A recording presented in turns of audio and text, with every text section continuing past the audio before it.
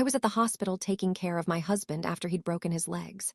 While he was sleeping, the head nurse secretly slipped a folded piece of paper into my hand. Stop coming. Check last night's security camera. 3 in the morning. Mercy General Hospital in the heart of Chicago was unnervingly quiet. The whole white building was like a giant beast, fast asleep. Only the faint green lights in the hallway and the cold, flickering glow of the exit sign cast a chilling light on the walls. The smell of antiseptic bandages and old bed linens mingled with the long-term scent of sickness.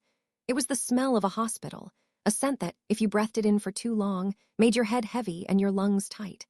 I sat hunched on a folding chair next to the hospital bed, my back half propped against the wall, half suspended in midair. My spine ached as if someone were twisting it by hand, a dull ache that made me tremble. But I didn't dare move too much. The slightest creak from the chair would make the man on the bed frown and groan. That man was my husband, Michael. He lay perfectly still, both legs encased in thick white casts and suspended in a traction frame, a tangled mess of ropes and pulleys. He looked like a specimen fate had put on display.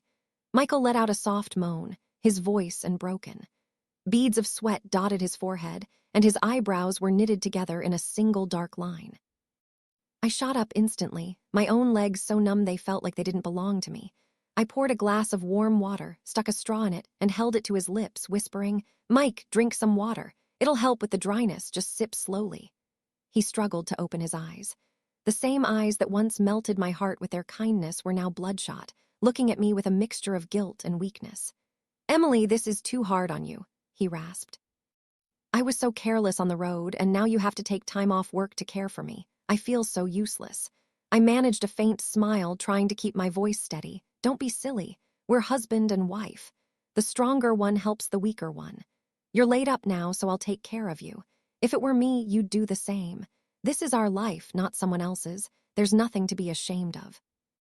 I used a tissue to wipe a few drops of water from the corner of his mouth, but my heart felt a deep, sharp pang.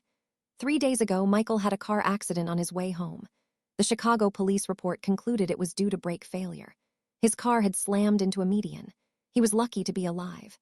But the doctor, after looking at the x-rays, had sighed and told me, "Severe fractures with nerve compression. You need to prepare yourselves. There's a chance he might be in a wheelchair for a long time." For a man whose career was just starting to stabilize, those words were a death sentence. And for me, Emily, a 30-year-old forensic accountant, it felt as if someone had just demolished the house I had spent nearly 10 years building, brick by brick. Our careers, our home, our plans to have children, all the dreams we had sketched out together were put on an indefinite pause in a single night. For 3 days, I had barely slept. During the day, I sat in that chair by his bed, monitoring his IV drip and medication while juggling emails and reports from my firm on my laptop. At night, I would wake up every 2 hours to help him shift his position, give him a sponge bath, and change his bedpan, making sure the casts stayed dry. Every nerve in my body was stretched as tight as a violin string, ready to snap at the slightest touch. "Where's Chloe?" Michael asked after a few sips, his eyes scanning the room. He tried to sound casual, but his gaze swept quickly around before landing on the empty chair on the other side of the bed. "She went home to make you some bone broth. She said she'll bring it tomorrow to help you get your strength back." "I had to practically force her to go home and get some sleep," I replied while adjusting the flow of his IV. Chloe was Michael's younger cousin. She had just graduated from college and moved to the city from a small town to find work, staying with us until she could find her own place. She was sweet-talking and quick on her feet. For the past 3 days, she had been a lifesaver, running errands, handling paperwork, and buying meals. Without her help, I probably would have collapsed. Thinking about it, I felt genuinely grateful. Don't let her work too hard, and you need to get some rest, too. "You look paler than the patient," Michael sighed, closing his eyes, his voice tinged with pity. I was about to tease him to lighten the mood when the door creaked open. The soft sound of wheels rolling on the tile floor followed. The woman who entered was the head nurse, Sarah. She was in her 40s, not beautiful, with a face that was always impassive, the kind of person who had seen so much life and death that nothing surprised her anymore. She spoke little and worked efficiently, normally keeping a professional distance from patients' families. But for some reason, these past few days, she would always give me an extra glance as she passed by. It wasn't a look of annoyance, but more like she was thinking something over and then deciding against it. Bed 7. Time for your medication, Sarah said, pushing her cart toward Michael's bed, her voice low so as not to disturb the other patient in the room. I quickly stood up and moved aside. Thank you, Sarah. You work so hard. She didn't reply. She put on her gloves and gently lifted the blanket to check his casts and the urinary catheter. Her movements were skilled, but her eyes were as sharp as a scalpel, darting from Michael's face down to his legs before settling on the IV bag. Ma'am, could you go to the nurse's station and grab 2 more bags of saline for me? This one is almost empty and I'm out of singles on my cart. She turned to me unexpectedly, her tone leaving no room for argument. I was a little taken aback. Tasks like this were usually handled by nursing assistants, but her serious expression kept me from asking questions. I nodded and turned to walk out the door. Just as I passed her, I felt something small and cool pressed into my hand. A small folded piece of paper was slipped into my palm with incredible speed. The sharp, cold sensation startled me like being pricked by a needle. I almost cried out, but when I looked up, Sarah had her back to me, pretending to adjust Michael's pillow. With her other hand hidden behind her back, she made a swift gesture, bringing her index finger to her lips in a clear signal for silence. My heart seized. The instincts of someone who spends her days working with numbers and spotting irregularities told me immediately that something was wrong. I didn't turn back or stop. My hand clenched around the piece of paper as I walked straight out into the hallway. The corridor was deserted. The only sound the low hum of the air conditioner. I walked straight to the corner that led to the small kitchenette. A blind spot the nurses jokingly called the camera-free zone. The light there was a dim yellow, just bright enough to see a person's face. I pressed my back against the wall, taking a deep breath to steady my trembling hands. The paper was crumpled and damp with my sweat. I slowly unfolded it, my mind still hopping it was just a prescription note or some minor instruction, but the scribbled words that appeared under the dim light sent a chill down my spine. Stop coming. Check last night's security camera. He's faking sleep. Just those few words written in a hurried scrawl with smeared ink. But to me, it felt like someone had just dumped a bucket of ice water over my head. My scalp tingled and my palms went cold. The words faking sleep danced before my eyes. Stop coming. Who was faking sleep? Michael, check last night's camera. What happened last night? Imagine being in that situation. Your husband, the man you love, has been in an accident and might be disabled, and you've dropped everything to care for him. Then, in the middle of the night, a woman as famously stoic as Sarah secretly hands you a note like that. Anyone who says they wouldn't be terrified must be made of stone. My head spun. The past 3 days flashed before my eyes like a fast-forwarded tape. Michael was always complaining of pain, especially whenever I got close to his casted legs. He wouldn't let me look at the injuries, saying, "It's gruesome, Emily, don't look." His phone, which he never used to lock, was now tucked tightly under his pillow every night. The moment a text came in, he would quickly silence it. And Chloe, it seemed that every time she entered the room, he would moan more, appearing weaker. But when it was just the 2 of us, I sometimes felt he was in less pain, though he would try to hide it by closing his eyes and holding his breath. I had dismissed those details before, telling myself I was just being paranoid.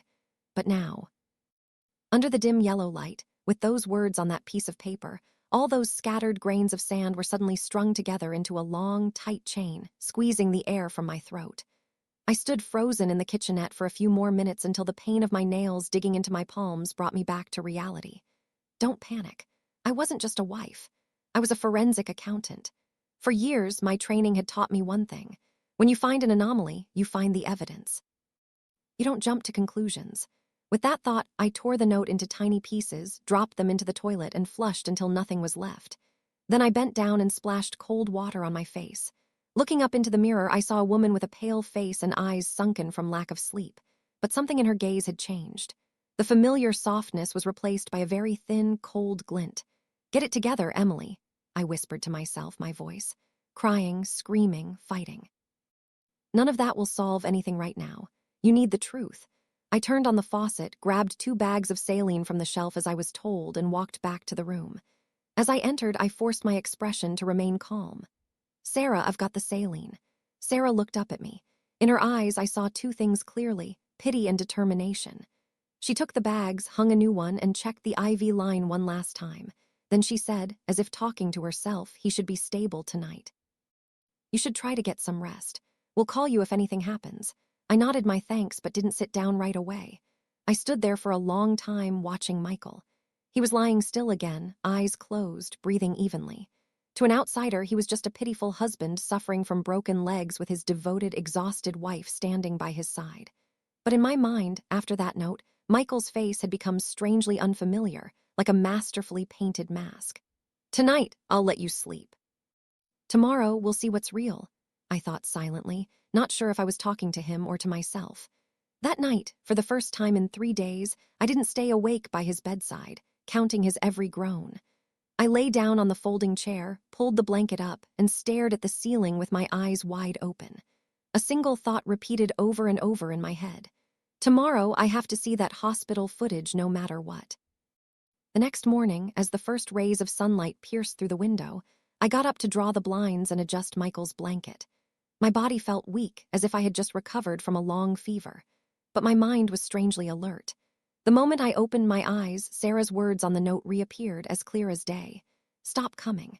Check last night's security camera. He's faking sleep. Michael was still lying quietly, his eyes closed and lips dry, occasionally wincing as if in pain. Chloe brought in a container of soup and set it on the small table. Seeing me awake, she chirped. Emily, you're up. I just made some bone broth for Mike to help him get his strength back. You must not have slept well last night. Look at those dark circles. I glanced quickly at Michael. His eyes were still closed, but his shoulders trembled slightly, as if he were trying to suppress a groan. To an outsider, it looked like a family united in overcoming a tragedy. If this had been yesterday, I would have smiled and thanked Chloe. My heart warmed by my considerate sister-in-law. But this morning, everything I saw was distorted, like looking into a cracked mirror where every reflection shattered into sharp, jagged pieces. I smoothed my hair back, keeping my voice even. Thanks, Chloe. I have to stop by the office for a bit. They need me to sign some urgent documents. Can you stay here and keep an eye on Mike for me? Call me if anything happens. Hearing this, Michael slowly opened his eyes and looked at me with concern. Emily, will you be long? I feel anxious being here alone. You've been taking care of everything these past few days, leaving me with a kid. What are you talking about? Chloe has been a huge help to us. We haven't even thanked her properly yet. I turned and smiled at Chloe, then patted Michael's hand reassuringly. I'll only be a few hours. Just take it easy. If you need anything, call a nurse. After I spoke, I bent down to adjust the traction ropes and the bandages on his back. My movements were as careful as always, but inside there was a cold, empty void. Before, every time I touched Michael, I would think, this is my husband, the man I chose to spend my life with. But now a different question kept swirling in my head. Is he really acting? I quickly gathered my coat, handbag, and laptop. Chloe took the bag from me, not forgetting to add, drive safe, Emily. Come back for lunch. We can have takeout. Don't eat out too much. All that greasy food is bad for you. I nodded and looked back at Michael one last time.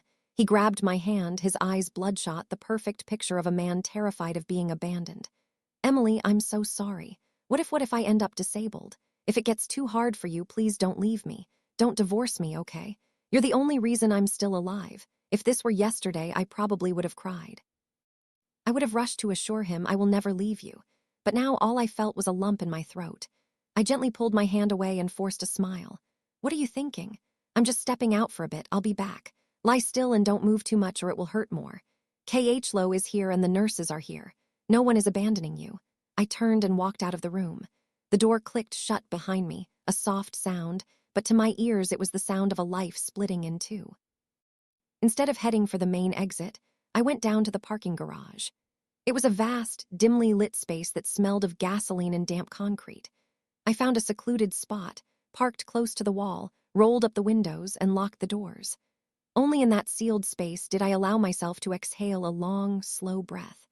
I took out my phone and found the contact for Kevin, a guy who was a few years behind me in college and now worked in cybersecurity for a software company. I sent him a text. Kevin, I need your help with something personal. It's urgent and has to be completely confidential. I'll pay you well. The scene receipt appeared almost instantly. Typical for a guy who lived glued to a screen. What's up, Emily? Just tell me what you need. A round of drinks is on you next time. I bit my lip and typed. I need to see the internal security footage from Mercy General Hospital Orthopedic Ward, room 307 from around 1:00 a.m. to 3. 2:00 a.m. last night. Is there any way you can get access? As soon as I sent the message, my heart started pounding. I knew I was doing something that wasn't exactly by the book, but I also knew that if I didn't, I might spend the rest of my life living in a terrifying state of uncertainty. A moment later, Kevin called me directly. Emily, this is a big one. It's a public hospital and their system isn't a joke, but it's not impossible. Give me the exact hospital name, location, and a picture of the room door. I'll see if I can track the internal IP, but Emily, I have to ask. Are you sure you want to see this? Some things, once you see them, you can't unsee. I paused for a moment. Kevin's voice made me feel like a client hearing a private investigator, but there was no turning back. I said softly, I'd rather be hurt once than live with this doubt for the rest of my life. I'll send you the picture now. Please try to get it for me this morning. Afternoon will be too late. Okay, stay near the hospital somewhere with a decent Wi-Fi signal. I'll let you know how it goes. If I get a link, I'll send it so you can stream it directly. Don't download anything. It could be traced. I hung up, my hand trembling slightly as I opened my camera roll and found the picture of the orthopedic ward room 307 sign I had sneakily taken on my way down to the garage. After sending it, I turned my laptop on, tethered it to my phone's hotspot, and sat curled up in the driver's seat, listening to the hum of the car's AC. Time crawled by. Every minute felt like an hour. While I waited, my mind automatically started replaying old memories. I remembered when we first started dating. Michael was so hard work. He would ride his motorcycle all the way from Evanston to Wicker Park just to bring me a container of homemade soup because he heard I was stuck working late on a construction site. Back then, I believed there were still plenty of sincere men in the world. After we got married, he started a small construction supply company. He used to boast to his friends, "My wife is a forensic accountant. She's tough. If I do anything crooked, she'll sniff it out immediately." He would laugh, ruffle my hair, and say, "Don't worry, you handle the finances. I'm just out here trying to make a name for us." Those words felt so warm back then. In recent years, his business had become less stable and less money was coming in. I noticed he was more irritable, often coming home late, smelling of beer and a strange kind of cigarette smoke. But every time I asked, he'd say, "A man has to network. It's tough to land projects these days. Don't make it harder for me." I was so busy, sometimes too exhausted to even breathe, so I let it go. Partly because I trusted him, and partly because I thought a marriage couldn't survive if a wife was always suspicious. It wasn't until today, sitting in this hospital parking garage, clutching my laptop like a life raft, that I realized all this time I had been busy auditing blueprints and cost estimates, but I had forgotten to audit the man sleeping right next to me. An hour passed, then another. My eyes started to sting, and my neck grew stiff from sitting in one position for so long. Just when I thought Kevin had given up, my phone buzzed repeatedly. A message popped up. "Emily, I'm sending you a link. It will only be active for 30 minutes, then it will expire. When you watch, turn off all external sound and use headphones. Whatever you see, stay calm. Don't do anything rash. I'm serious." I took a deep breath, plugged my headphones into the laptop, opened a browser, and clicked the link. The screen showed a black window, which a few seconds later resolved into an image. It was a top-down view from a ceiling-mounted camera, black and white, but clear enough. The angle covered most of the room, Michael's bed, the folding chair I always sat in, the door, the small table. The timestamp in the corner read room 3758 a.m. I dragged the timeline to around 2:00 a.m., the time I remembered finally giving in to Michael's pleas to go home, shower, and come back early in the morning. The image was clear. A woman with her hair in a high ponytail, wearing a light jacket, it was me, was bustling around, tidying things up, then leaning down to say something to Michael before opening the door and leaving. The door closed and the room in the video fell silent. Michael lay motionless like a dead fish. I clenched my fists, my fingers trembling slightly on the trackpad. A tiny sliver of hope remained. Maybe Sarah had misunderstood. Maybe he just moved a little, not enough to be called faking sleep. But less than a minute later, the thing I dreaded most appeared, stark and undeniable. Michael's eyes snapped open. They were quick, alert, with none of the groggy, pained look he always had around me. He lifted his head, scanned the room, and then propped himself up on his elbows. The movement was sharp and steady, nothing like that of a man with severe fractures who was supposed to be immobilized. I could clearly see his legs still in their casts, lifting up and down, rotating side to side. He even stretched to grab the phone he always hid under his pillow, tapping on it with a look of such casual ease it was hard to believe.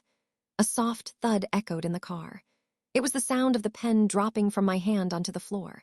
I bit my lips so hard I could taste blood, but I didn't tear my eyes away from the screen. A few minutes later, the door in the video opened and Chloe walked in carrying a large bag, probably food. The camera didn't capture smells, but I could almost imagine the scent of fried chicken and warm beer wafting through the screen. As soon as she walked in, Chloe grinned. "Brought you the good stuff. Is Emily gone?" Michael, no longer moaning, chuckled, his voice clear. "Yeah, she just left. God, I was starving. It's been 3 days of soup and half bowls of whatever bland stuff Emily brought. Hand it over." He snatched the bag, and inside was a box of fried chicken and a few cans of beer. His hands moved nimbly, tearing off a piece of chicken and biting into it with gusto, a stark contrast to the man who claimed he could barely swallow when I was there. Chloe sat on the edge of the bed, leaning in to pat his leg through the cast, giggling. "Eat slowly, you'll choke.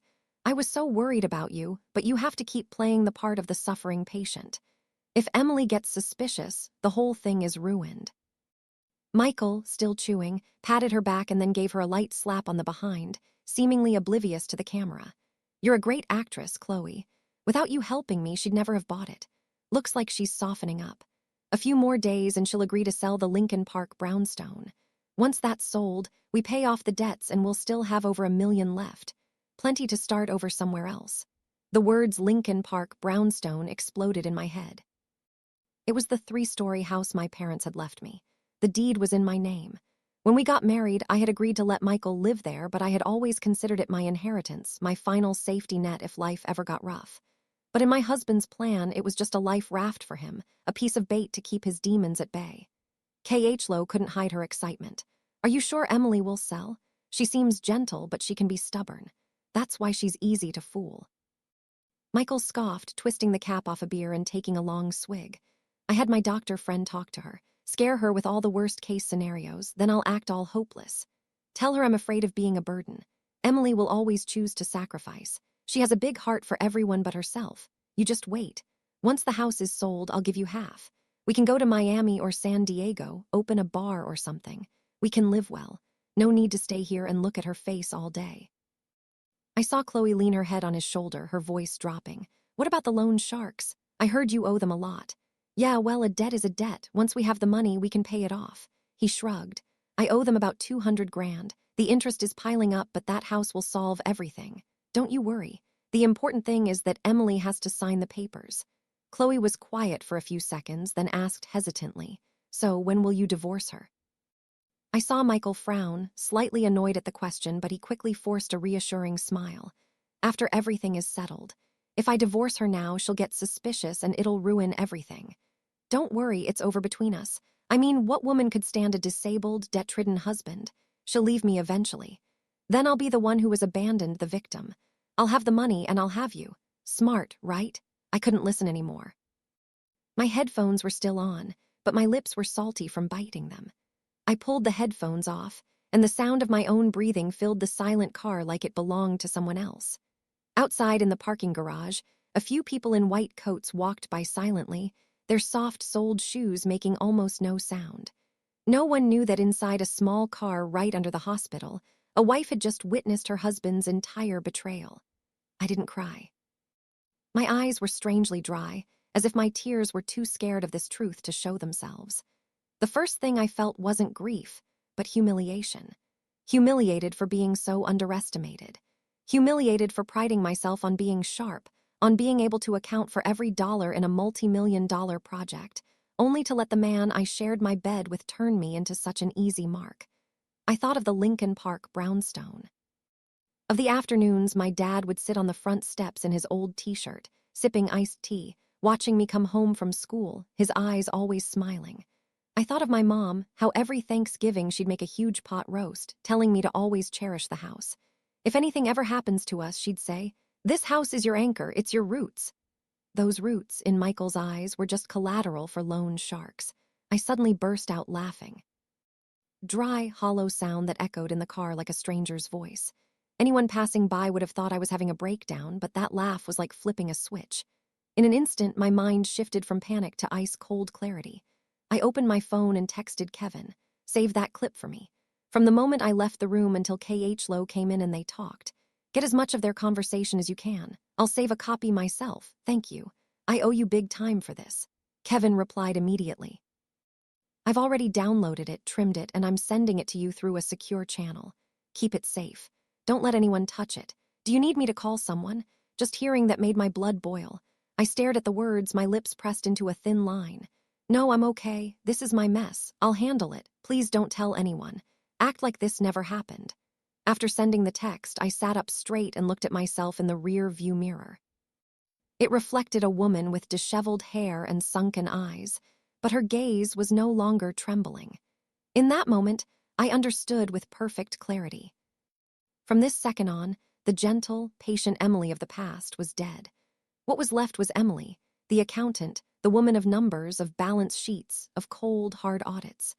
The only difference was that this time the project I needed to audit wasn't a building, but a marriage. I sat in the car for a long time after turning off the video, not because I was still scared, but because I was methodically organizing everything in my head. The images I had just seen no longer terrified me. They were just data, clear, irrefutable evidence. And when things became data, I knew how to handle them. I wiped my face, adjusted my coat, and started the car. Instead of going back to the hospital room as I had promised Michael, I turned the car out of the hospital gates and drove straight home. The familiar streets suddenly felt alien. The tree-lined avenues, the coffee shop where Michael and I used to sit, the bakery I frequented to buy his favorite pastries, they all receded in the rear-view mirror like scenes from an old movie. I was fast-forwarding through to skip the painful parts. When I got home, the house was silent, devoid of human warmth. KH Lowe's shoes were still scattered by the door. Michael's jacket hung on the rack and the scent of his cologne lingered in the air. I stood in the middle of the living room for a moment before slowly locking the door. The soft click of the deadbolt sounded in my heart like a boundary being sealed. The first thing I did was open the safe in our bedroom. Inside were the deed to the Lincoln Park brownstone, my personal savings bonds, and a few important documents my parents had left me. I took everything out and put it into a large tote bag. Then I opened my laptop and logged into my personal bank account. The password was one Michael used to know. I changed everything. Passwords to my bank accounts, my email, my investment portfolios one by one, slowly, methodically, with a coldness that surprised even myself. While I was doing this, my phone rang. Michael's name flashed on the screen. I stared at it for a few seconds before answering, forcing my voice to sound soft. I just got home to grab some more things for you. I'll be back soon. Emily, you've been gone so long. I was worried. Michael's voice came through, weak and pathetic, just like always. Chloe said you hadn't come back yet. I gave a small laugh. The house was a mess, so I'm tidying up a bit. You just lie still and don't move around. Endure the pain a little longer. I'll be back soon. Okay, try to come back early. I feel so empty here without you, he sighed. After hanging up, I allowed myself a small, bitter smirk. If it weren't for that video, I would probably be rushing back right now, worried about his pain, afraid that KH Lowe was being clumsy. But now, every word he spoke sounded like a line from a script. I picked up another phone and called Kevin. Kevin, I need you to do one more thing for me. Find out everything you can about Michael's debts, gambling, loans over the past year, any companies or individuals, any accounts in his name. See what you can find. Kevin was silent for 2 seconds, then said, Okay, but this will require digging through multiple sources. I suspect he's into some serious loan shark business. A few strange IPs were asking about someone with his name a while back. I'll work on it quickly for you. I hung up and sank onto a chair, leaning my back against the wall.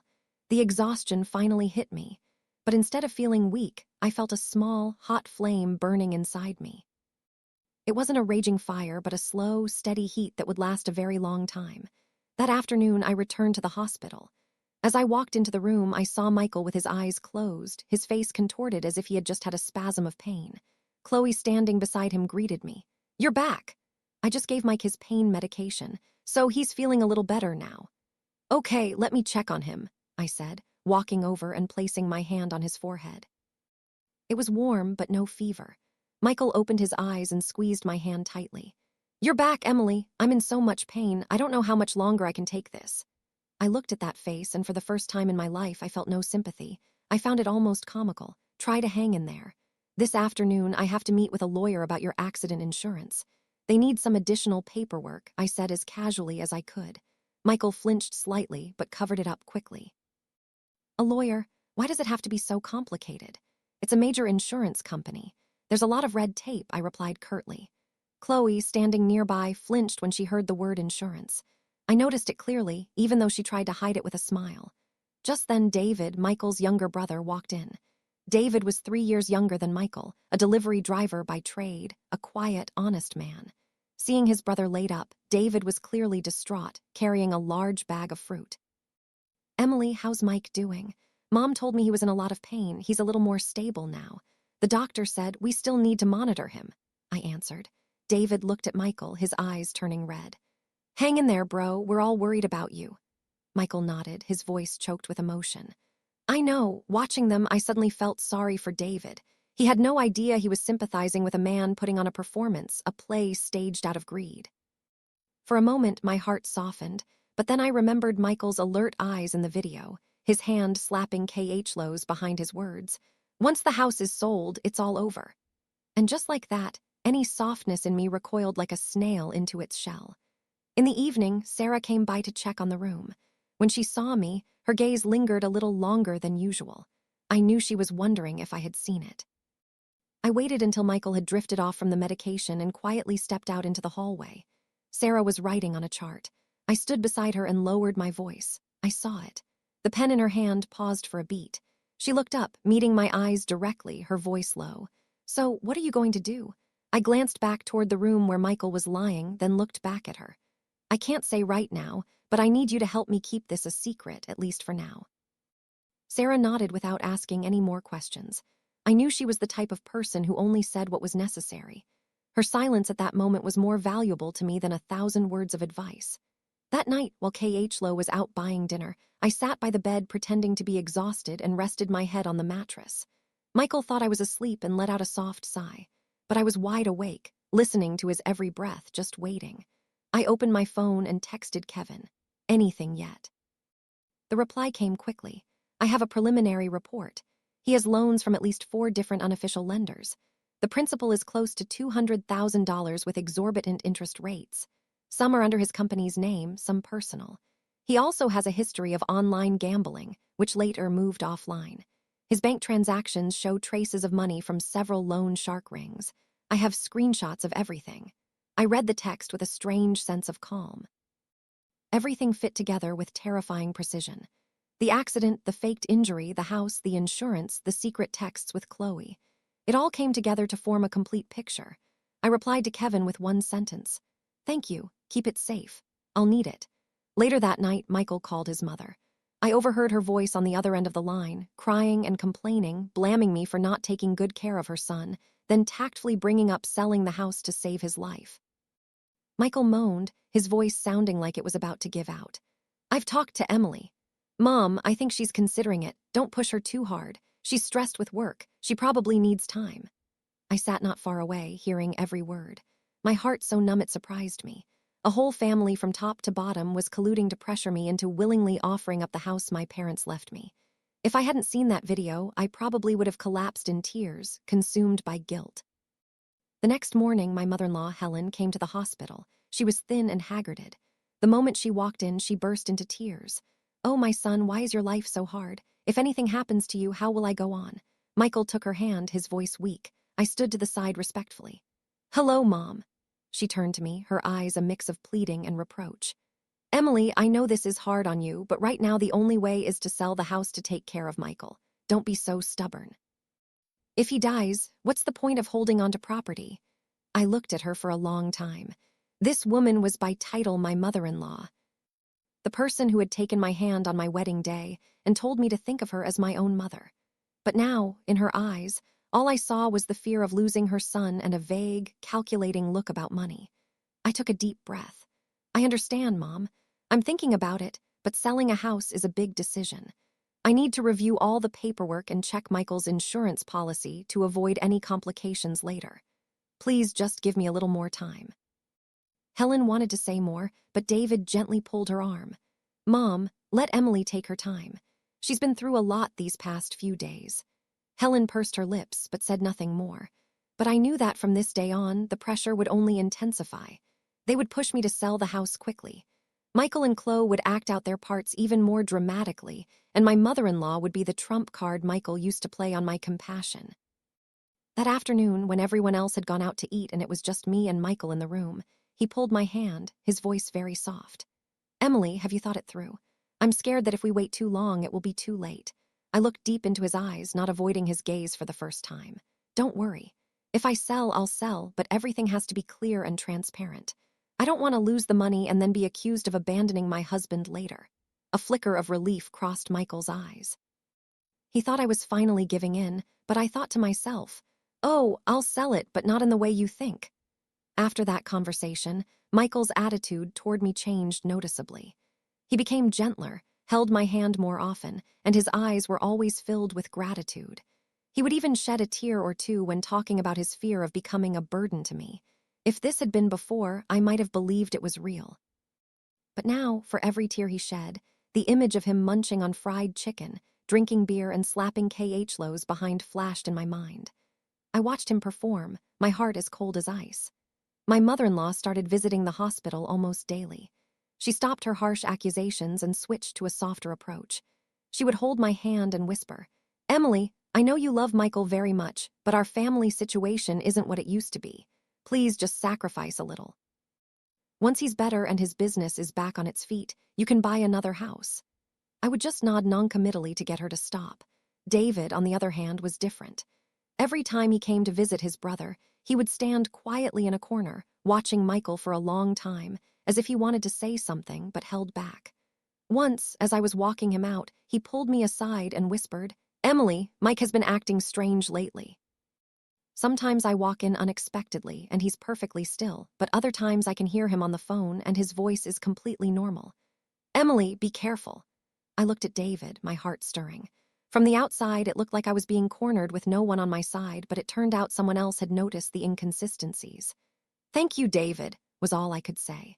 That evening, KH Lowe came back very late. When she entered the room, she was wearing a strange perfume. Michael gave her a quick, sharp look. I noticed everything.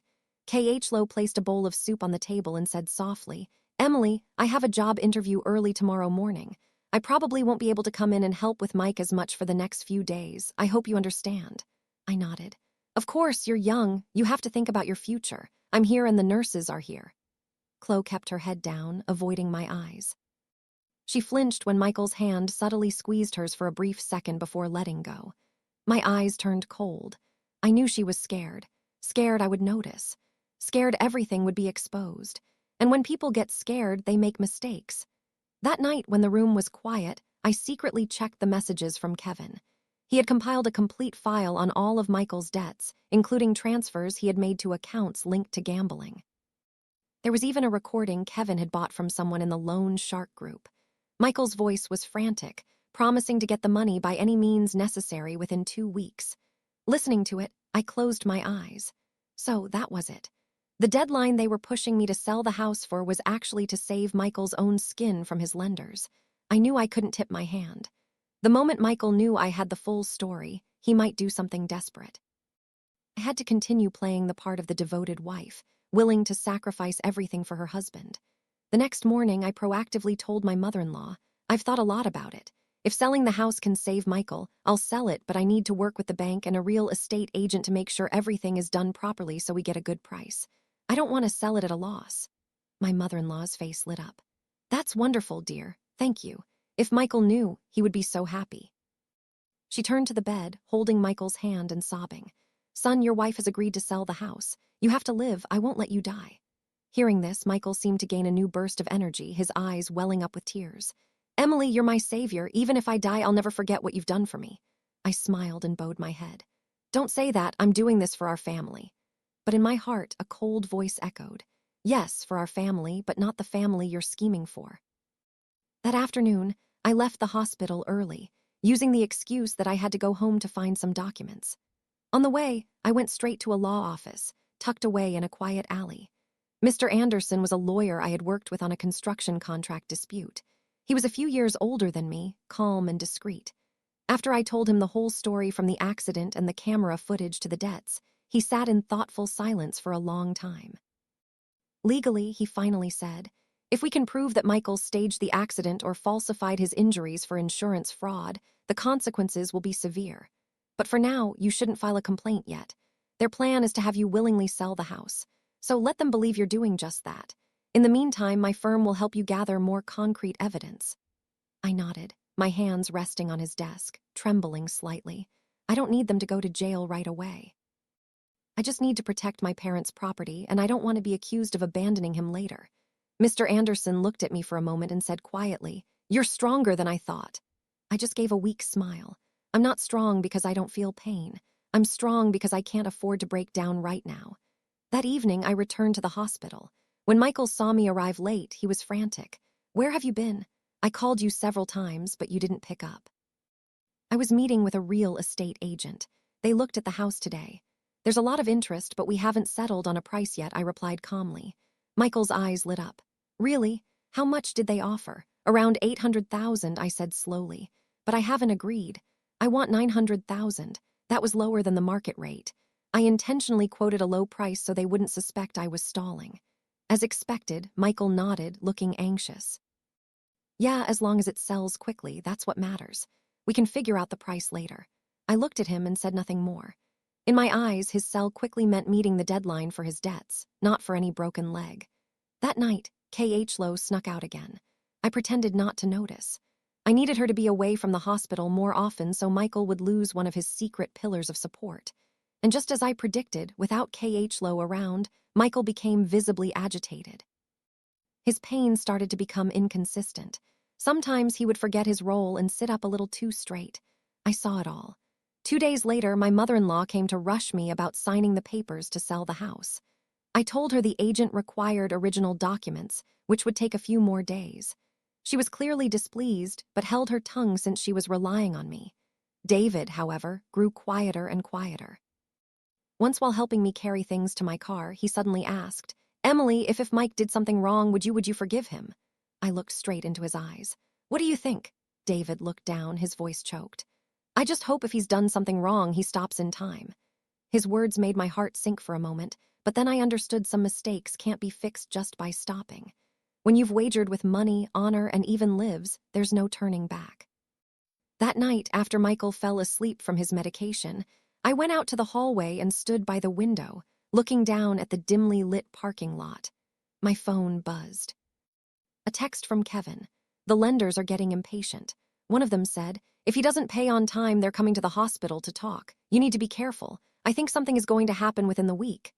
I gripped my phone tightly. My time was running out. This play. I had to bring the curtain down before those people made their entrance with violence. I went back into the room and looked at Michael lying peacefully on the bed, his face as innocent as a saint's. I pulled up a chair and sat down, whispering just loud enough for myself to hear.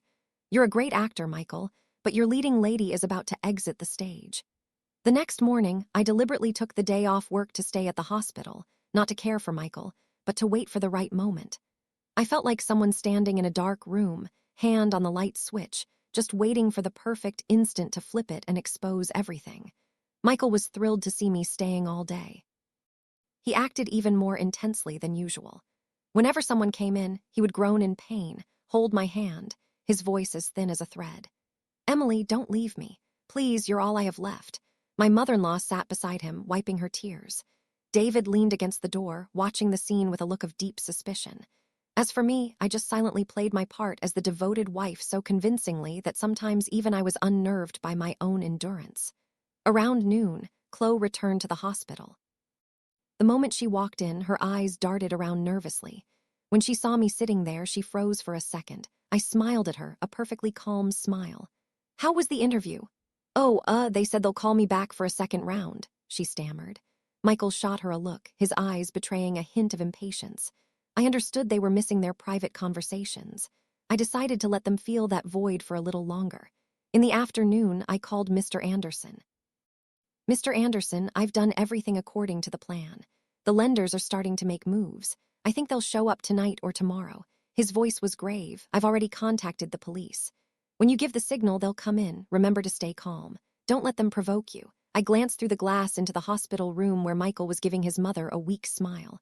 I replied softly, "I'm calmer than I've ever been." I hung up and put the phone in my bag. The fear was gone. All that was left was a clear sense that it was time to end this. Around 7:00 p.m., as visiting hours were winding down and my mother-in-law was preparing to leave, Michael suddenly grabbed my hand tightly. "Emily, what's the update on selling the house?" I looked straight into his eyes. "Tomorrow afternoon, they've scheduled an appointment for me at the title company to put down a deposit. If all goes well, we can sign over the deed in 3 days." Michael's eyes lit up and my mother-in-law was overjoyed. "That's great news, dear. Now I can rest easy." David stood silently for a moment, then asked quietly, "Emily, are you sure there won't be any problems?" I nodded. "Don't worry, David." Around 8:00 p.m., just after the evening nurse had left and the room had quieted down, the door was suddenly shoved open. 3 strange men walked in. They didn't look like family visitors. Their eyes were cold, their shoulders squared with an air of intimidation. The room's atmosphere instantly tensed. The man in the lead scanned the room and then looked directly at Michael. "Michael, we're here to visit." Michael's face palled for a second before he started moaning loudly. Who are you? What are you doing here? I'm seriously injured. My wife. My wife is about to sell the house to pay you back." My mother-in-law stood up in alarm. "Who are you people? This is a hospital, not a place for you to cause trouble." One of the men sneered. "We're just here to check on an old friend, ma'am. Don't you worry." Their eyes landed on me. I took a step forward, my voice steady. "If you're looking for Michael, state your business. I'm his wife." The man raised an eyebrow. "So you're the wife, even better. Your husband owes us close to $200,000 in principal. The interest isn't small, either. He promised he'd have the money in 2 weeks. That deadline is almost up. We just want a clear answer. When do we get paid?" A dead silence fell over the room. My mother-in-law was trembling, turning to look at Michael. "Michael, you owe them that much money? Why didn't you tell me?" Michael stammered, sweat pouring down his face. "I had just borrowed a little for the business." "Emily, tell them we're about to have the money." I looked at Michael, my voice chillingly calm. "Don't worry, there will be money, but it won't be from selling my house." The entire room froze. The 3 men stared at me, their eyes narrowing. What's that supposed to mean? I took out my phone, pressed a button, and the screen of the wall-mounted TV in the room flickered to life. The security footage from that night appeared. Every frame was crystal clear. Michael sitting up, checking his phone, eating chicken, drinking beer, Chloe sitting close to him. Their conversation about selling the house, about the debt, about deceiving me, echoed through the silent room.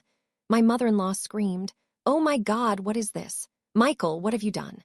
David stood as if turned to stone.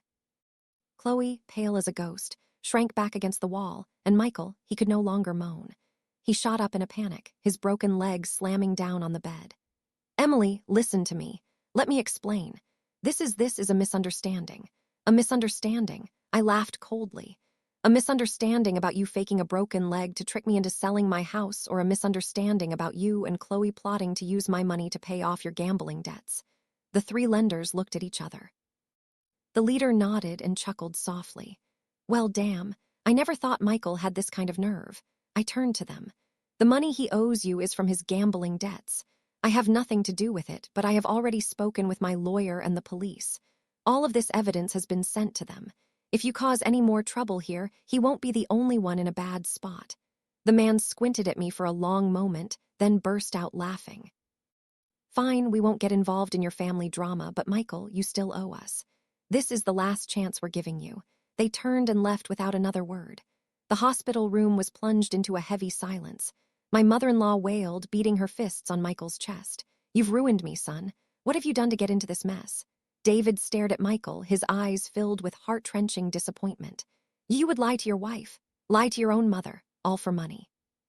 Chloe, trembling, sank to her knees. "Emily, I was wrong. Michael manipulated me. I never thought it would go this far." Michael looked at me, his eyes for the first time showing his true nature, terrified and desperate. "Emily, I'm begging you, don't leave me. I was wrong. I really was." I looked at him for a long, long time. I wasn't angry anymore, and it didn't hurt like it did at first. All that was left was a deep, profound exhaustion. "You weren't wrong just once. You were wrong the moment you chose to lie. The moment you put my parents' house on the line for your gambling, there was nothing left to save between us." I turned to my mother-in-law, my voice slow and deliberate.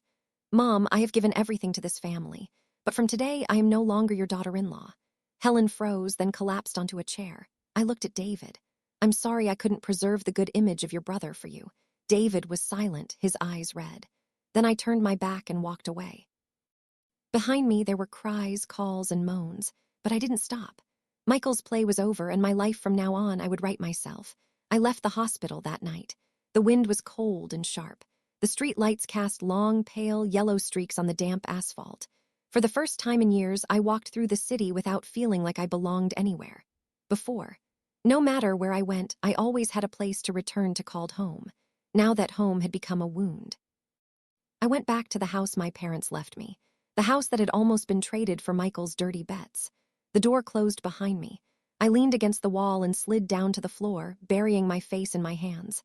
As strong as I had been at the hospital, here I was just as weak. My tears fell, not because I still loved Michael, but for myself, for all the foolish years I had wasted. The next morning, I woke up early and called Mr. Anderson. My voice was firm. "Please help me finalize the divorce proceedings as quickly as possible. I don't want to drag this out for another day." Mr. Anderson was silent for a moment, then replied, "Rest assured, with all this evidence, the divorce and the division of assets will be very straightforward. You will not be responsible for any of his debts." I nodded even though he couldn't see me. What I needed right now wasn't a victory on paper, but a clear line drawn so I could step out of Michael's life. That afternoon, David came to my house. He stood at the gate for a long time before ringing the bell. When I opened the door, he kept his head down. "Emily, I'm sorry. I had no idea Michael was like that. If I had known." I looked at him with a mix of sadness and pity. "I don't blame you, David. You did nothing wrong." "He did." David hesitated. "Mom, she was at the hospital all night crying. She regrets pressuring you so many times.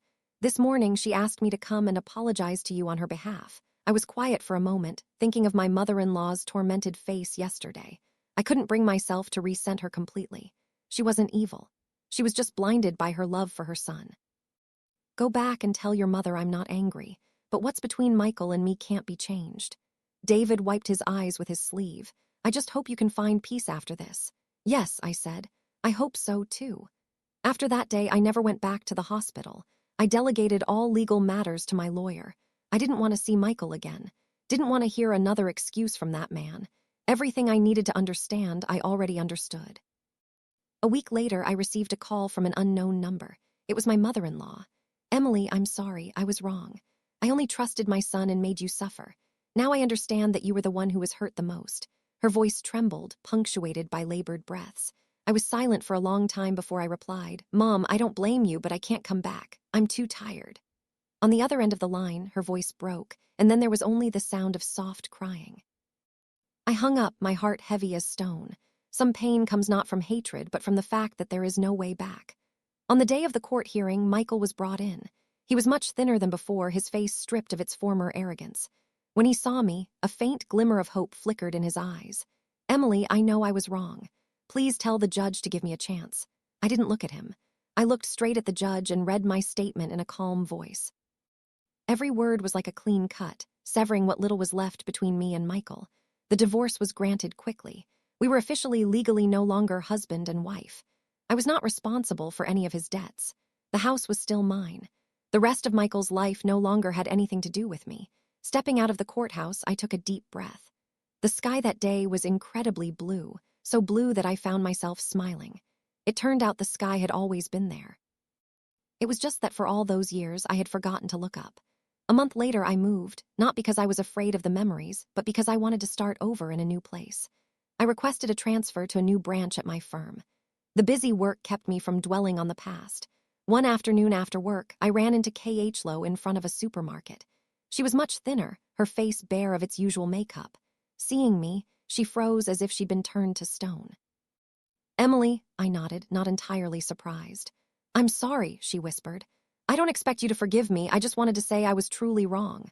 I looked at her, my heart free of hatred. What I had been through had pushed me beyond the limits of blame. "You're still young, you made a mistake, you paid the price, consider it a lesson. Don't make the same mistake again." Chloe burst into tears, nodding repeatedly. I walked away without looking back. To me, K.H. Lowe had become a part of the past, nothing more. That night, I sat alone on the balcony of my new apartment, sipping hot tea and watching the traffic thin out on the street below. A light breeze blew and my heart was surprisingly calm. There was no more wrenching pain, no resentment, no self-torment, just a light emptiness like the sky after a storm with only a few thin clouds remaining. I knew I wasn't fully healed, but I also knew I was on the right path. Life is harsh, but it is also fair. It took a husband from me, but it gave me back myself a person far more clear-eyed and resilient than before. After the chance encounter with K.H. Lowe, I thought my heart was calm enough to be undisturbed by any ripples from the past. But life rarely lets a person off that easily. One Monday morning, as I arrived at the office, the receptionist told me someone was there to see me, a relative of my ex-husband. I paused, a faint, uneasy feeling flickering through me. Standing in front of my office door was my former mother-in-law. She was much thinner than the last time I'd seen her. Her hair was almost completely white. Her back was stooped and the lines around her tired eyes had deepened. Seeing me, she looked like she wanted to say something but couldn't. After a long moment, she finally spoke. "Emily, can I talk to you for a minute?" I was silent for a few seconds, then nodded. I no longer resented her, but I also didn't feel close enough to call her mom anymore.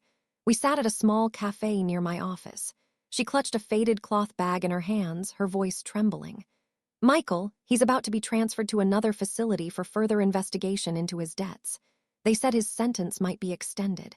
I stared at the old wooden table, saying nothing. "These past few days, he's been begging to see you. He says he just needs to talk to you one more time before he's moved. Emily, I know I have no right to ask this of you, but I'm his mother. I can't bear it." She bowed her head very low. I heard in her voice not the coercion of before, but the bitter helplessness of a mother watching her son fall without being able to catch him. The doctor said, "He's suffering from exhaustion and his mental state is unstable. I'm just afraid he might do something desperate." Hearing that, my heart tightened. No matter how much Michael had hurt me, I didn't want him to choose that path. After a long silence, I finally said slowly, "I will go see him once, but only once."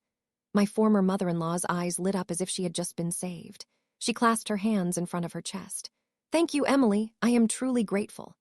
2 days later, I went to the detention center. The iron gate clanged shut behind me, a cold, heavy sound. In the small, cramped visiting room, I sat across from Michael, separated by a thick pane of glass. He was gaunt, his eyes sunken. When he saw me, he looked as if he couldn't believe his eyes. "Emily, you actually came." I nodded slightly, my voice even. "You said you wanted to see me, so I'm here. If you have something to say it quickly." Michael lowered his head, his shoulders trembling. After a moment, he looked up, his eyes red. "I know I have nothing left to say to defend myself. I just want to say one thing. I'm sorry. I'm sorry for ruining your life." I looked deep into his eyes, feeling no anger, no bitterness, just a quiet exhaustion. "Does saying sorry now change anything?" Michael shook his head, a tear rolling down his cheek. "No, it doesn't change anything. But if I don't say it, I'm afraid I won't be able to get through the years ahead." I was silent for a long time. In that moment, I realized the man sitting in front of me was no longer the Michael I had once loved, nor was he the deceitful man from the video. He was just a defeated man, stripped bare before the consequences of his own actions. "Emily, if I could go back, I would rather have never met you than have met you and hurt you like this." I smiled faintly, a sad, belated acceptance. If we had never met, maybe I wouldn't have learned what it means to trust the wrong person or what it means to stand up after being broken. You taught me a very expensive lesson, but I've paid my dues. The rest is for you to carry. Michael stared at me as if trying to burn my image into his memory for this final meeting. His voice was, "Emily, will you be okay?" "I will be," I answered succinctly. I stood up, placed my hand on the glass, and said my last words. "Let's end it here, Michael. I don't hate you anymore, but I can't go back. Don't hold on any longer." He placed his hand on his side of the glass, our palms meeting across an unbridgeable distance. I turned and walked away, my heart feeling incredibly light. Stepping out of the detention center gates, the afternoon sun felt strangely warm on my face. I knew I had just closed a chapter of my life for good. In the time that followed, life was quiet. My career was stable. I was promoted to a new position. More pressure, but also more rewarding. David still called occasionally to check in. He told me his mother's health was declining. I asked him to take care of her on my behalf. But I didn't have the courage to revisit that past again myself. One evening, I received a text from an unknown number. "Emily, it's Chloe. I just signed a job contract in another state. Before I leave, I just wanted to say thank you for not pushing me to the brink." I looked at the message for a long time, then replied simply, Live an honest life, Chloe. That's enough. I put my phone down, feeling a sense of peace. Everyone has to walk the path they choose. I was no longer responsible for carrying anyone else's burden. That night, I stood at the window of my apartment, watching the city lights come on. The lights from thousands of small windows reflected against the dark sky like man-made stars. I suddenly realized that no matter how dark life gets, there is always light as long as you're willing to open your eyes and see it. I had once lived in the shadow of someone else's mistakes, but from now on, I would live in the light of my own choices. After seeing Michael in the detention center, it felt like a heavy door in my heart had finally closed. The sleepless nights grew fewer, and the dull ache in my chest lessened. I started getting used to the new rhythm of life as a single woman, free, but also solitary. Work during the day, home at night, occasional coffee with colleagues on weekends. Life passed without drama or tragedy, but also without the rose-tinted illusions of the past. One rainy afternoon, just as I was leaving work, David called. His voice was choked with emotion. "Emily, Mom, she's very weak. The doctor says it's only a matter of days. She keeps asking for you. Could you come for a little while?" I held the phone for a long time without answering. The rain was coming down hard outside, each drop hitting the car window with a dry tap. I had told myself so many times that I wouldn't go back, but standing on the line between reason and humanity, I was still the one with a soft heart. "Send me the address. I'll be there." The old hospital still had that familiar smell of antiseptic. When I walked into the room, my former mother-in-law lay motionless on the bed, her face gaunt, her eyes sunken, her breath as faint as a fragile thread. David sat by her bed, holding her hand. He jumped up when he saw me. "Emily," I nodded and walked closer. My mother-in-law struggled to open her eyes. When she saw me, a faint light flickered in her gaze. "Emily, you came." I leaned down and took her frail hand. The same hand that had so often pointed at me in accusation now felt like just cold, trembling bones. "Yes, I'm here." Tears welled in her eyes and streamed down her temples. "I wronged you so much, Emily. My whole life I only saw my son. I didn't see his true nature and I let you suffer." I squeezed her hand gently, my voice slow. "It's in the past. I don't blame you anymore." She began to cry audibly, her chest heaving weakly. "I don't expect you to forgive me. I just hope if there's a next life that I don't get to be your mother-in-law, so that I can be a stranger and treat you with the kindness you deserve." Those words felt like a gentle knife slicing through my heart. I bowed my head, my own tears falling onto her dry, wrinkled hand. "In this life, our debt to each other is paid. You can rest now." She nodded faintly, her breathing slowing until the line on the heart monitor stretched into a long, flat tone. David broke down in sobs. But I just stood there silently, my heart empty. It wasn't the pain of losing my own parents, just a deep, weary sadness, like closing the final chapter of a relationship that had reached its absolute end. The funeral was simple. I was there for the whole thing, fulfilling my final duty as a daughter-in-law. Relatives looked at me with a mixture of curiosity, pity, and unease. I didn't care. I was just doing what my conscience told me was right. Michael was not allowed to attend. I heard he had requested leave from the facility but was denied. I looked at his mother's portrait and wondered how much pain she was in at the end knowing her son was lost, but it was all too late. After the service, David walked me to my car. He bowed his head low. "Emily, I don't think I can ever repay your kindness." I placed a hand on his shoulder. "Just live a good life, David. That's enough. Don't let your mother worry about you from the other side." He nodded, his eyes red. Returning to my small apartment, I locked the door and leaned against it. For the first time in a very long time, I cried out loud. Not for Michael, not for his mother, but for a painful chapter of my life that had officially ended. I cried as if to say goodbye to the person I used to be, the blind, submissive woman who lived for others until she forgot herself. In the days that followed, I threw myself into work as a way of saving myself. I was put in charge of a large project that required constant travel. The busy pace left me little time to think. I realized I was much stronger than I had ever imagined. On a work trip to another city, during a dinner with business partners, I met Daniel, their lead engineer. He was reserved with a calm gaze. He wasn't overly friendly or curious about my personal life. Our conversation was just about work, life, and family. When he walked me to my car, he smiled. "It was really nice talking with you tonight, Emily. If you don't mind, I'd like to take you out for coffee the next time you're in town." I was a little surprised, but I nodded. "Okay." On the way back to my hotel, I realized my heart wasn't as tightly sealed as before. I was no longer terrified of meeting a new man, nor did I feel pressure to either pursue or avoid a relationship. I was simply letting things happen as they would. That night, I stood in front of the mirror for a long time. The woman looking back at me no longer had that old sad look. Instead, her gaze was calm, experienced, and self-possessed.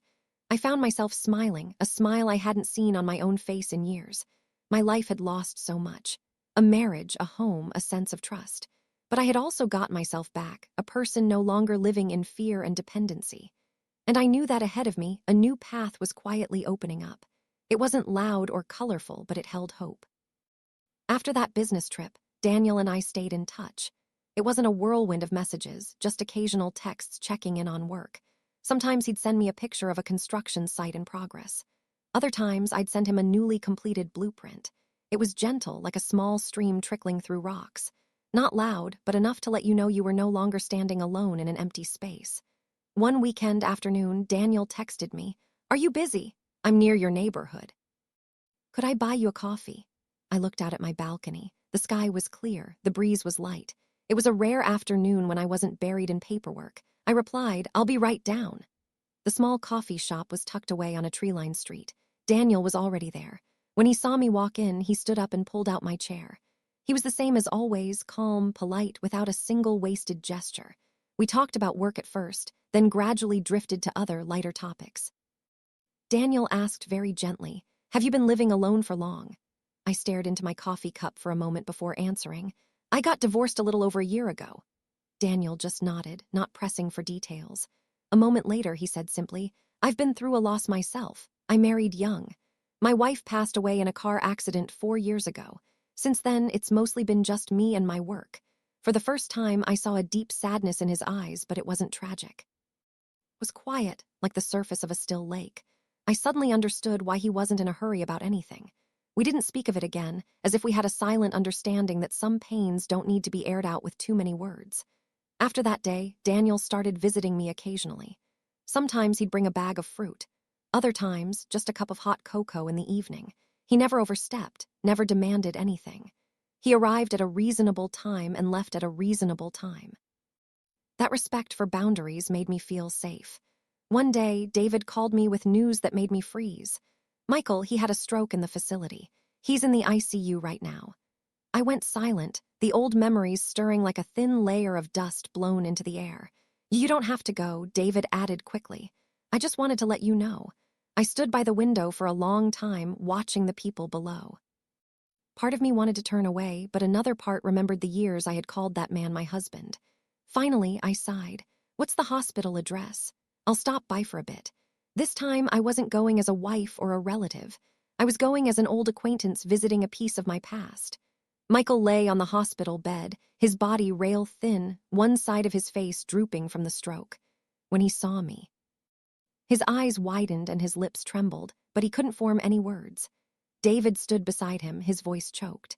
"The doctor said he's past the critical stage, but he'll likely have paralysis on one side." I looked at Michael, my heart not aching as I thought it would. All I felt was a faint, distant pity, like seeing a stranger suffering the consequences of his own choices. I walked closer, looked directly into his eyes, and spoke slowly, just loud enough for him to hear. "Michael, can you hear me? Live the rest of your life as best you can. The past between us. I'm not angry anymore, but we can't go back. Don't hold on." A single tear escaped from the corner of his paralyzed eye. I couldn't tell if it was genuine remorse or just fear of the disabled road ahead. I no longer cared to distinguish between the two. Leaving the hospital, I felt a strange sensation. Not complete relief, but not heavy either. It was like setting down something I had been carrying on my shoulder for too long. My hands were finally free. That evening, Daniel was waiting for me at the entrance of my building. He looked at me intently. "Are you tired?" I nodded slightly, not saying much. He just opened the car door for me, turned on the heater, and drove in silence. That silence didn't feel lonely. On the contrary, it felt safe. When the car stopped in front of my building, he said, "If you ever need someone to talk to, I'm here." I turned to look at him. The street light cast a gentle, steady glow on his face. For the first time in many years, my heart fluttered, not from pain, but from a warm, tentative, yet genuine feeling. "Thank you," I said softly. He nodded, not pushing me to say more. In the following days, I was busy rearranging my life. I had my mother-in-law's ashes moved back to her hometown, as David had wished. I lit incense for her one last time, standing before her new grave for a long time. I no longer called her mom in my heart, but I bowed my head as someone who had once been family. On the way back, I texted Daniel. "I'm doing better now," he replied instantly. "That's good to hear. When you're free, let me take you to dinner." I looked at the message and smiled a very different smile, no longer timid. I knew I was strong enough to take another step forward, not to forget the past, but to keep the past from holding me back. After Daniel's dinner invitation, I didn't reply right away. Not because I was hesitant, but because I wanted to ask myself one clear question. What am I still afraid of? I had been afraid of loving, of trusting, of even starting over. But I now understood that if I kept my heart locked up out of fear, I would spend my whole life on the defensive. I texted him back. "I'm free this weekend." Daniel replied with a single word. "Okay." But that one word was enough to make my heart feel warm. That weekend, we met at a small restaurant by the river. It wasn't fancy, just a few wooden tables under strings of yellow lights with a cool breeze blowing in from the water. Daniel arrived early as always. He stood up when he saw me, his eyes not hiding his pleasure. Was the traffic bad? I shook my head. No, the cab ride was quick. We ordered simple dishes and talked not about work, not about the past, just about everyday things. The food from his hometown, a childhood memory of mine, whether we preferred coffee or tea in the morning. I suddenly realized it had been a very long time since I'd been able to talk to a man without feeling tense or guarded. After dinner, Daniel took me for a walk along the riverbank. The wind blew through my hair. He walked beside me, keeping a comfortable distance. After a while, he spoke slowly. "Emily, I know you've been through a lot. I don't want to pressure you, but I want to be clear. I care for you as a man for a woman." My heart skipped a beat, but I kept my voice steady. "Thank you for being direct, and I want to be honest, too. I'm not ready to jump into a new relationship so quickly." Daniel nodded, not a hint of disappointment in his eyes. "I don't need an answer right now. I just want you to know that I'm here and I can be patient." I looked at him, a strange feeling rising inside me. It wasn't an explosion of emotion, but a rare kind of peace. The peace that comes from being respected. That night at home, I sat by the window for a long time. I thought about Michael, about my old marriage, about the past hurts. It was strange once my heart was calm enough. I could think of his name without a sharp pang of pain. He was just a part of a life that was over, a chapter that wasn't beautiful but had to exist to lead me to where I was today. A few days later, David called again. This time, his voice was more tired. "Emily, Mike is getting weaker. He has almost no movement on one side. The doctors say any recovery will be very limited." I listened silently. "I'm just calling to let you know," he said. "I don't dare ask you to come anymore." I looked out at the light rain falling outside and said slowly, "Thanks for letting me know. If you need any help that's within my means, just ask." David's voice choked up. "You're still so good to our family. We owe you so much." After the call, I let out a soft sigh. I no longer held any resentment for that family. All the debts, rights, and wrongs and losses had been paid in full over the past few years. I had kept only one thing for myself, the refusal to let my heart become bitter. Another evening, Daniel took me to see a plot of land on the outskirts of the city where his company was planning a new project. I went along just to offer my professional opinion for the bid, but during that trip, I saw more of who he was. Daniel was serious about his work, spoke respectfully to his partners, and was never boastful or hot-tempered. When I asked for his expert opinion, he listened carefully, never interrupting or imposing his own views. On the way back, as the car moved slowly down a tree-lined road, Daniel suddenly asked, "Emily, if you were ready one day, would you give me a chance?" I turned to look at him. His eyes were not pushy or demanding, just filled with a patient, dignified hope. I didn't answer right away. "I need time," I said, "and maybe a little courage. I can't promise anything, but I won't close myself off anymore." Daniel smiled. "That's enough for me." In the days that followed, Daniel and I saw each other more often, but we still maintained a comfortable distance. I began to realize that I was changing, too. I was no longer afraid when I thought of the word future. I no longer assumed that happiness was a fragile thing destined to break. I was learning to live slowly, to appreciate the small moments, and most importantly, I was learning to trust again cautiously, but not with a closed heart. One afternoon, I went to visit my parents' graves. Standing before the two simple headstones, I lit incense and bowed my head for a long time. I whispered as if to myself, "Mom, Dad, I made it through. I'm not that weak little girl anymore." The wind blew softly through the grass. I felt as if somewhere my parents were smiling. That evening, Daniel picked me up from my hometown. I felt a strange warmth in my heart. Between a woman like me who was so familiar with betrayal and a man like him who had known great loss, we weren't rushing into anything. We were walking side by side slowly, carefully, but sincerely. I knew the road ahead was still long and I couldn't predict the future. But 10 years from now, if I were to look back on this period of my life, I believe I wouldn't regret giving myself a chance to live differently. Time passed slowly like a quiet river. Daniel and I didn't call each other boyfriend and girlfriend, nor did we rush to define our relationship. We were simply present in each other's lives, just enough not to lose one another, and just enough not to feel suffocated. I found a new kind of peace, not because I had someone by my side, but because I myself was no longer trembling at the thought of change. One early winter morning, David called. This time his voice was different. Heavy. Emily, Michael, he didn't make it. I stood silently by the window, my hand gripping the phone. Outside, yellow leaves were falling in the wind. I knew this day would come sooner or later, but hearing the news still made my heart skip a beat. When did it happen? Early this morning, the stroke got worse. There was no time. I didn't cry. I just felt a stillness inside me, like standing before a grave that had long been prepared in my mind. Will you come see him one last time?" David asked, his voice hesitant, not daring to push. I was silent for a few seconds, then said, "I'll come." Not as an ex-wife, but as someone who had shared a part of his life's journey. Michael's funeral wasn't large, just his father's side of the family and a few old acquaintances. When I walked in, David's eyes turned red. He gripped my hand tightly, his own hand trembling. "Thank you for coming." I nodded. In the cold funeral home, Michael lay in his casket, his face peaceful. I stood for a long time looking at him. There was no more blame, no more pity, just a vague sense of regret for a life that went down the wrong path and couldn't find its way back. His mother was gone, so there was no one to cry for him a final time. David handled everything. Watching him dressed in mourning clothes, I felt a surge of compassion. Life had taken so much from him in just a few short years. His mother, his brother, the family he once had. As I lit a stick of incense before Michael's casket, I whispered in my heart, "From now on, all debts between us are settled." The smoke rose and dissipated into the air. I turned and walked away, my steps no longer heavy. Outside, Daniel was waiting for me. He didn't ask questions, just handed me a tissue when he saw my eyes were red. His silent presence was a comfort. "Are you okay?" he asked softly. "I'm okay," I replied. "It's just closing one more door," he nodded, saying nothing more, and simply walked beside me all the way home. After Michael's funeral, everything truly came to a close. David moved back to his hometown to look after the family graves. He texted me, "I guess it's time for me to live my own life now, Emily." I read his message with a mix of sadness and relief. Sometime later, Daniel took me to meet his mother. She was a gentle woman with silver-streaked hair who spoke slowly. I was nervous like a young girl, even though my heart had been broken once before. She looked at me carefully and then smiled. "You must be Emily.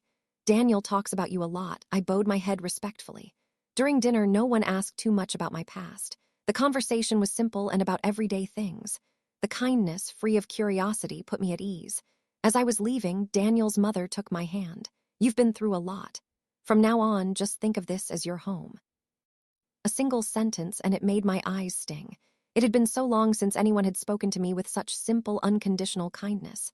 On the way home, Daniel asked, "Did you feel pressured?" I shook my head. "No, you and your mother made me feel very safe." Daniel smiled, his eyes softening. "I just want you to feel at peace when you're with me." That night back home, I looked in the mirror for a long time. The woman staring back was different. She was no longer suspicious or overly defensive, just carefully optimistic. A week later, Daniel gave me a small box. He didn't kneel or use flowery words. He just looked at me and said slowly, "Emily, I can't promise you a perfect life, but I promise I will never deceive you. I will never abandon you, and I will be with you when you need me. If you are ever ready to take another step, I want to be the one to take it with you." Inside the box was a simple ring, a delicate silver band. I held it in my hand, feeling a strange sense of steady, quiet trust. I didn't answer right away. I gently closed the box and looked at Daniel. "Give me a little more time, not because I don't trust you, but because I want to be completely ready when I step forward."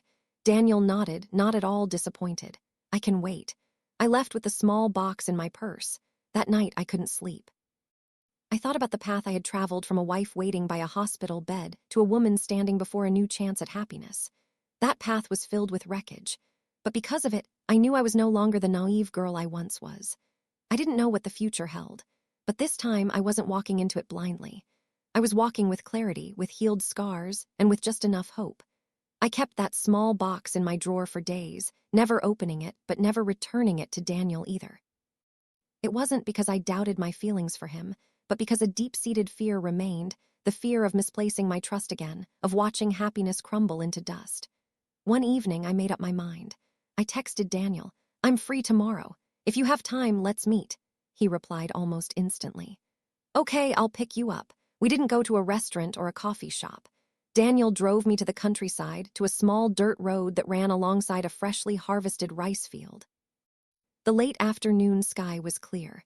The air was cool and the scent of dry straw hung in the air. He stopped the car. "I thought you might like it here." I got out and a sense of calm washed over me. We walked slowly along the path. After a while, I spoke.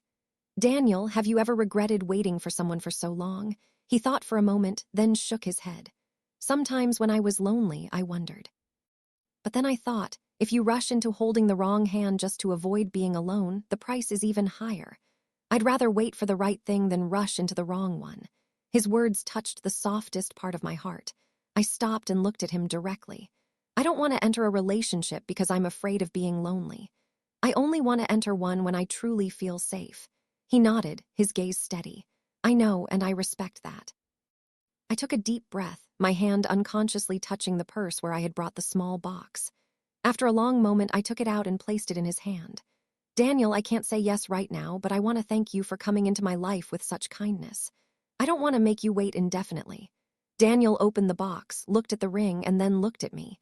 He wasn't sad or disappointed. He just smiled gently. "I still want to wait if you'll let me. Not with this ring, but with my presence in your life." At that moment, I realized I was no longer afraid of the word wait because this time the person waiting wasn't demanding, and the person being waited for wasn't being forced. "Okay," I said softly. "Let's just keep walking together like this. No rush." Daniel nodded, a rare, bright smile spreading across his face. The months that followed were a time of quiet stability. I slowly realized that a mature love wasn't a violent storm, but a quiet, steady stream. One evening, while Daniel and I were at his house looking over some blueprints, his mother brought out 2 cups of hot tea. She smiled at me. "Emily, I just want you to know one thing. You are always welcome in this house, no matter who you are or where you've been." I bowed my head, my lips trembling. It was the greatest acceptance I could have asked for. That night, when I got home, I opened the drawer and took out the small box. The ring lay quietly inside. I suddenly understood that some promises don't need to be spoken aloud. They just need to be held patiently in the heart. I hadn't put on the ring yet, but for the first time, I wasn't afraid of the day I might. Spring arrived slowly that year. I stood by my apartment window, watching the city below, and realized it had been a very long time since I had felt so peaceful. The nightmares had stopped. The random stabs of pain were gone. That afternoon, Daniel drove me to David's new town. His small repair shop was on a dusty country road. David was leaner, his skin tanned by the sun, but his eyes were brighter than ever. "Emily, Daniel, come on in." He smiled, the genuine smile of a man who had put his life back together on his own terms. That night, as Daniel drove me home, I opened my purse and took out the small box. My hand was steady, my heart beating slowly but clearly. "Open it," I said. He did. The silver ring lay quietly in his palm. I spoke slowly, each word carefully considered. "I can't promise we'll never argue or be sad. I can't promise I'll be a perfect wife. But I know one thing. If I don't step forward today, I might spend the rest of my life standing behind my fear, and I don't want that anymore." Daniel looked at me for a long time, his eyes welling up. He didn't say a word, just gently took the ring and slid it onto my finger. It fit perfectly as if it had been made for me. "Marry me in your own way, Emily," he whispered. "Let time answer for everything else." I nodded. I didn't cry. I just felt a quiet warmth spreading through my chest. Our wedding was small. David was there. As I stood in my simple white dress, I thought of the woman I used to be, the one who collapsed in a hospital, who endured a marriage full of lies. I finally understood that the path to peace isn't about forgetting everything, but about daring to look your wounds in the eye and then walking forward without trembling. After the wedding, Daniel and I moved into a small house he owned. It wasn't grand, but every evening, a warm yellow light shone from the windows. There was the sound of dishes clinking in the kitchen. There was someone waiting for me to come home, and that was more than enough. Sometimes I still dreamed of Michael, but he passed by like a stranger. There were no more debts between us. I would wake up feeling only peace. One morning, as I was drinking tea on the porch, Daniel put a hand on my shoulder. "Emily," he said softly. "I've never asked about your past, but I want to tell you one thing. I'm grateful that you were strong enough to get here." I took his hand. "And I'm grateful that you waited." We looked at each other. No more words needed. Life has losses that can never be replaced. I lost a marriage. I lost trust. I lost years of my youth to anguish. But in return, I learned to stand tall. I learned the value of kindness, of trusting the right person at the right time. If I hadn't seen that security footage, if I hadn't dared to face the truth, I might still be living in a beautiful lie today. And if I hadn't been brave enough to let go of the past, I would never have found this peaceful present. In the end, I understood something very simple. Happiness isn't about never being broken. Happiness is having the courage to trust, to live, and to love again after you've been shattered with a heart that knows pain but no longer holds on to resentment. The story of Emily is a long journey of tears, betrayal, collapse, and rebirth. From a wife living in blind faith, she paid a price in youth, dignity, and profound pain. But it was from that darkness that she learned to stand up, rediscovering the value of clarity, honor, and self-respect. This story is a reminder that while blind endurance may feel like noble sacrifice, it often only prolongs tragedy. When respect and honesty are gone, patience only deepens the wounds. The greatest lesson from Emily's story is not revenge or resentment, but the courage to face the truth, to choose again, and to take responsibility for one's own life. In life, you sometimes have to accept loss to hold on to what is more important, your own worth. Money can be earned again. Love can be rebuilt, but once self-respect is lost, it is incredibly hard to find. Don't cling to a toxic relationship for fear of being alone. Don't torture yourself to please others.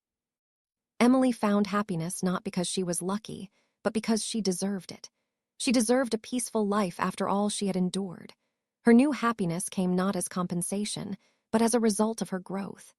If you find yourself in a situation like Emily's, remember that you have the right to choose your own life, no matter how late it may seem. Sometimes letting go is not a loss, but the beginning of a new.